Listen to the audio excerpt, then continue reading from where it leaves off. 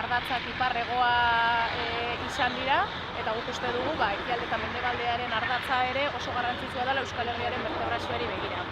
Obra ejekutatzen ari da epean, ondo ari da ejekutatzen, eta bidegi egiten ari den tramua urrirako ja amaituta egongo litzateke, obra zibila, gero instalazioak urtarrilerako edo, eta diputazioa egiten ari den tramua 2015ko apirilerako amaituta egongo da, eta irekita publikoarentzat aurreikusita zegoen epeetan, eta hori uste dugu oso albiste ona dela.